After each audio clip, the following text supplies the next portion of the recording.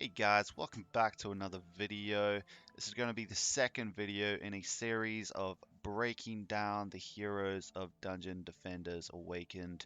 Uh, we're going to be going over what all of the towers do, what all of the hero abilities do exactly, and then at the end of the video I'll give you some of my ideas on what are some cool, interesting builds you can kind of go for on your heroes.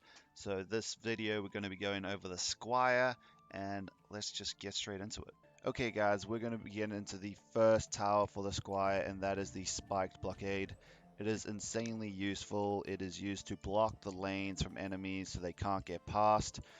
When the enemies come up to it, one of the special things it does, and they swing, they will take reflected damage back at them. So it is insanely useful. You can get really high health on these walls, so definitely try and incorporate them into your builds. They currently cost 30 mana and 3 DU, so they're pretty cheap. Definitely use them. Getting into the second tower for the Squire, it is the Harpoon Turret. It is a really cool turret. Does a lot of damage. It fires spears in a straight line. As you can see from this demonstration, it shoots through enemies. So if you have like a really straight lane that all enemies just come shooting down, you can chuck down a harpoon, it'll pierce through most of them. It's really cool. You can use them to take down wyverns in the air, or like copter ogres in Nightmare. It is very, very cool. Definitely give it a try. It currently costs 80 mana and 60 U, so it is a little pricey. It is on the pricey end, but if you just think the Harpoon Turret is really cool, definitely give it a try. Definitely place them down. Third tower for the Squire is going to be the Bouncer Blockade. Now the Bouncer Blockade is actually a very unique little blockade. There's not a lot like it. If you place it down just here, as you can see, nothing happens. It's all about proximity with these. So if I sell that and bring it closer to the dummies, as you can see, it activates as soon as an enemy gets within its range. It spins around, knocks enemies back quite a good amount, and yeah, it is very unique. Currently it costs 40 mana and 4 DU, so definitely give it a try if you think that's really cool.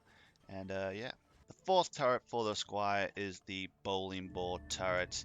Now, I'll be honest, this is the turret that gives me the most nostalgia from DD1. I used it all the time back then. It was definitely my favorite. It is a very cool turret. As you can see, it bounces off the floor, it'll bounce off walls. If it hits an enemy, as you can see as well, it'll bounce off them and do damage. So you can hit a bunch of different enemies just from the balls bouncing between everything. It is really cool. This currently costs you 100 mana and 7 DU, so it is on the pricier side, but if you think it's cool like I do, definitely give it a try. And the last of the towers for the Squire is the Slice and Dice Blockade. This is very similar to the Bouncing Blockade. It is a proximity based tower, so as you can see when I place it here, it's not doing anything, but if I place it all the way over here, while those decoys are in the way, in its range, as you can see, it starts to spin up. The more it spins, the faster it goes and the more damage it does. So it does have a slow build up, especially when your stats are a bit lower.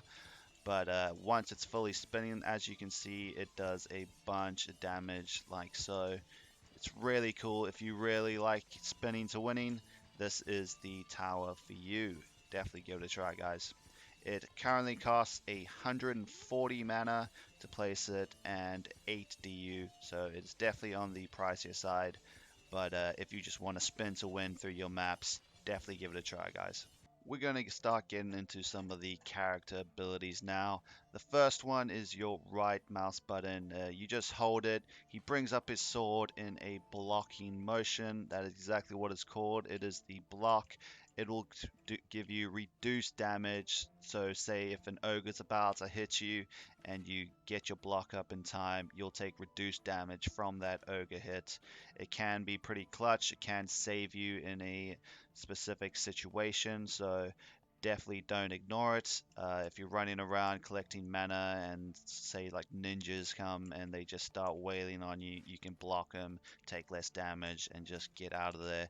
So definitely it's good to know that that is there. Now the first ability for a Squire is the Circular Slice. Much like the 5th tower with spinning to winning, it is a very similar thing. You get near your enemies, you hit that F button, and bam, you spin to win, do heaps of damage to them. It also knocks them back a good amount. It is very helpful, especially to knock back enemies if you're like close to dying. So definitely give it a try. It does a good amount of damage. And the last ability for the Squire is Blood Boil. So you just activate it, and as you can see, you go full berserk, full tank mode. You go full red. If you can see in the top left, my mana is slowly depleting. It increases your movement speed, it increases your damage, it gives your sword a bit more knockback as well, and it also increases your armor, so you take a lot less damage from getting hit by other enemies. So it's kind of, if you just want to go full berserk, want to just run into a bunch of enemies, you pop that, you start swinging your sword, and you'll be doing heaps of damage. It is definitely pretty cool if you just want to get in there. But yeah, that is the Blood Boil. And that is all of the towers and abilities for the Squire, guys. Now here at the end of the video, I'm going to quickly go over my builds, my planned builds for my future Squires as I level up characters in DDA. The first one is very basic. You'll see it a lot, especially right now, is the Fortify Squire. You're just pumping everything you can in Fortify to get your spiked blockades as tanky as possible. I've seen some people with 300,000 walls, so it is insanely good to block people out. Another build you can go for with a Squire is just the straight up Tower Squire. It's very simple. Instead of Fortify, you're going to want to be focusing on your power, your range, and your defense rate. It's basically just for your harpoons to really take down enemies if they're coming down a really long lane. It can be heaps of fun if you want to get into it, so definitely give it a go.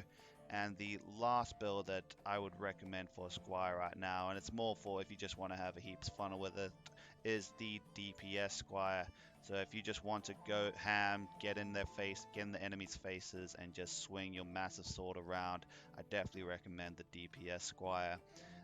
So with those, you're basically prioritizing your Ruin of Attack, as you do with every DPS character, and your Ruin of Vitality, so you don't die in one shot from, say, an Ogre on Nightmare or Massacre in the future. So that is 3 of the builds that I would recommend going for right now. And that is the end of the video, guys. I hope you really enjoyed it. I hope you learned heaps from it. If you did learn a bunch, please hit that like button, leave a comment down below, hit that subscribe button if you want to see more from me. I have lots of videos in the working, so they will be definitely be coming. If you want to see me in a non-video format, check out the description down below. You'll see my Discord, my Twitter, and even my Twitch stream. And definitely come there, check me. I stream every night. So yeah, please check it out, and I hope you guys have a good day. Peace.